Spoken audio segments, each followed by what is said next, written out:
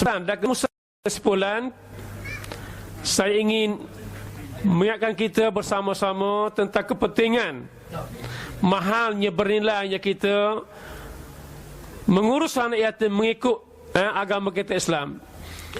Jangan kita biarkan hanya segolongan sahaja yang menguruskan yatim.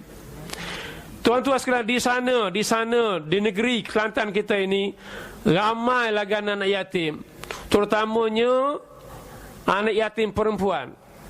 Sebabnya kita jumpa banyak rumah anak yatim dari kalangan lelaki. Sebaliknya anak yatim kalangan perempuan ataupun lil banak ini amat kurang sekali. Sebab itulah antara kita panggil pengurus rumah anak yatim lil banak Bangun Judah ini mengambil peranan mengumpul anak yatim dengan mencari di pelosok-pelosok kampung di mana anak yatim perempuan beliau kumpulkan di sini. Yang mana sebelum ini di kampung pada Pak Ahmad lebih kurang 40 orang anak yatim lelaki. Semasa penubuhannya mereka ahli jawatan kuasa masuk kampung keluar kampung kutip anak yatim untuk jaga, untuk menguruskan supaya kehidupan mereka lebih terurus. Kerana anak yatim ini hidup bersama dengan datuk nenek. Yang pertama, datuk nenek ini dah tua, tak larat, tak mampu dah nak menjaga kanak-kanak yang masih kuat, umur 5, 6, 7, 8 tahun ini. Dan kebanyakan datuk nenek tidak berkemampuan dari sudut harta benda. Jadi perlunya ada suatu jawatan kuasa atas satu kumpulan untuk mengurus dan menjaga supaya masa depan mereka lebih terjamin. Lebih terjamin dalam arti kata hidup dalam suasana Islam. Tuan-tuan sekalian, saya amat berterima kasih dan pujilah sebab saya terima berita daripada pengurus rumah anak yatim Puteri di sini mengatakan ada seorang makcik tua yang ganti basikal beberapa kilometer datang ke sini membawa 1 kilo gula. Ustaz, ambillah 1 kilo gula. Ambo mampu gula 1 kilo ya Ustaz. Ambo susah juga. Apabila Afadu Ustaz Nazri telah menghebohkan di masjid Bangun Judah, tahniah kepada penduduk sekitar ini. Dan kalau kita lihat kali ini pun ramai jawatan kuasa dan juga masyarakat sekitar bersama-sama kita membantu untuk mengurus atau lebih baik lagi. Dan kalau boleh bersama-sama, bukan setakat bagi tenaga, kalau boleh bersama-sama merwar-warkan lebih meluas lagi supaya dapat kumpul dana yang lebih banyak. Apabila dana lebih banyak, kita dapat membesarkan lagi rumah anak yatim lil banak di Bangun Judah ini. Sebab ramai lagi perlu. Dan sebentar tadi saya diberitahu bahawa suatu tempat baru yang akan ditubuhkan di Pasir Pekan. Tempat baru pula. Tahniahlah kepada pengurusan rumah anak yatim ini. Tempat baru di Pasir Pekan. Tapi di sana anak yatim dan juga al-masakin, anak-anak yang miskin. Ini suatu kerja yang besar, tuan-tuan. Kita dah dengar bagaimana pada Ustaz Abdul Aziz panelis pertama bagi tahu, bagaimana pengurusi bagi tahu besarnya pahala, sebagaimana Nabi bagi tahu pada kita, ana wa kafilul yatim kahataini fil jannah. Atau kama qala Rasulullah SAW, aku dan juga orang yang menanggung, yang mengurus anak yatim ni dekat dalam syurga Allah Subhanahu wa taala. Dalam hadis lain Nabi bagi tahu, ana wal yatimu kahataini, aku dan anak yatim dekat dalam syurga Allah taala. Jadi tuan, ayat Quran kita dah dengar dah, hadis Nabi kita dengar dah, kita nak gapo lagi? Tak ada lah paling atas Al-Quran dan hadis. Baiklah sama-sama kita menanam keyakinan. Hidup kita ni tidak lama, hanya sekejap. Apabila kita bertemu dengan Allah SWT, tuan-tuan, 3 perkara akan ikut kita: ahluhu wa maluhu wa amaluh. Ahli keluarga kita hantar kita ke kubur. Harta kita, wajah kita ke, kancing kita ke, perdana kita ke, penjeru kita ke, hantar juga jenazah kita ke kubur. Satu lagi amalan kita, aktiviti hidup kita juga akan ke kubur. Tapi ahluhu wa maluhu, harta dan keluarga kita balik, tuan-tuan. Isteri anak kita akan balik ke rumah.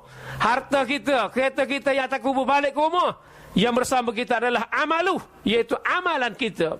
Inilah tuan-tuan sekalian, kita nak berkorban. Dan saya ingin kemukakan satu ayat Allah SWT, surah Al-Baqarah ayat 215, ia berbunyi, A'udzubillahi minasyaitonirrajim. Yas'alunaka maza yunfiqun Qul ma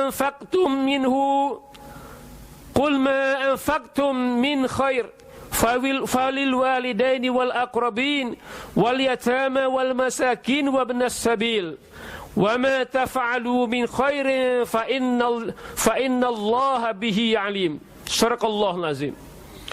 Mereka bertanya kepadamu, wahai Muhammad, kata Allah Subhanahu wa taala. Mereka bertanya kepadamu tentang apa yang mereka telah nafkahkan, apa yang mereka telah belanjakan. Jawablah, wahai Muhammad, kata Allah Subhanahu wa taala, ini saja harta yang kamu nafkahkan, hendaklah diberikan kepada ibu bapa kamu.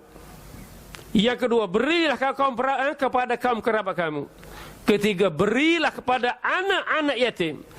Yang keempat, berilah kepada orang miskin. Dan yang kelima, berilah kepada mereka yang ibn sabi, dalam perjalanan. Dan apa saja yang kamu perbelanjakan, nafkahkan, apa saja perbuatan baik yang kamu lakukan, maka sesungguhnya Allah Maha mengetahui. Jadi tuan-tuan sekalian, daripada 5 perkara tadi yang Allah suruh kita nafkahkan, harta yang Allah bagi pinjam kepada kita ialah kepada anak-anak yatim, tuan-tuan sekalian. Jadi mudah-mudahan dengan ayat yang hamba baca tadi memberi menyuntik satu motivasi kepada kita untuk kita bersama-sama dengan pengurusan anak yatim, untuk kita bersama-sama membantu dan menolong agar anak-anak yatim yang berada di bumi Kelantan kita khasnya dan di Malaysia kita amnya, kita bersama-sama jaga, kita bersama-sama ambil cara supaya mereka tidak ketinggalan, supaya mereka tidak kebuluran.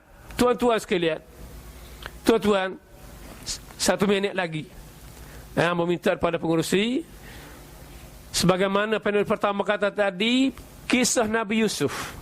Sayyidina Umar Al-Khattab apabila menghafaz surah Yusuf ini, untuk ingat surah Yusuf ni saja 3 tahun Sayyidina Umar ambil masuk.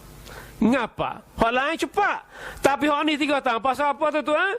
Setiap kali Sayyidina Umar Al-Khattab radhiyallahu an menghafaz surah Yusuf ini, menangis. Nah, kalau Nabi Yaqub sehingga buta mata menangis, Sayyidina Umar menangis setiap kali baca surah Yusuf. Sebab itu masa 3 tahun untuk menghafal surah Yusuf ini.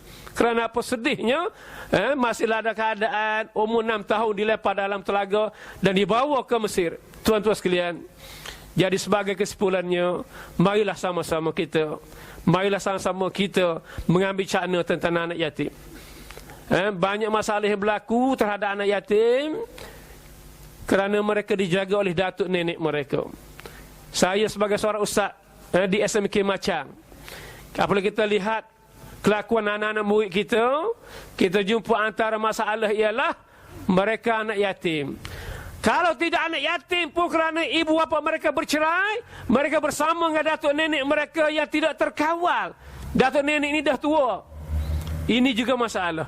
Dan satu kes, apabila saya menjadi guru kelas 3A1 dalam 5 tahun lepas, apabila pelajar menghantar borang biodata, pelajar lain hantar dalam kelas, ada seorang pelajar perempuan tu jumpa dengan saya sejasnya, Ustaz, ni borang biodata saya, Ustaz. Ustaz jawab ke orang dia, jawab ke sains-sains lain dia, Ustaz. Bapa, dia sambil menangis. Bapa, Ustaz, saya ada ayah, tapi ayah saya tak kenal. Ayah saya kahwin, tak pernah jenguk-jenguk saya.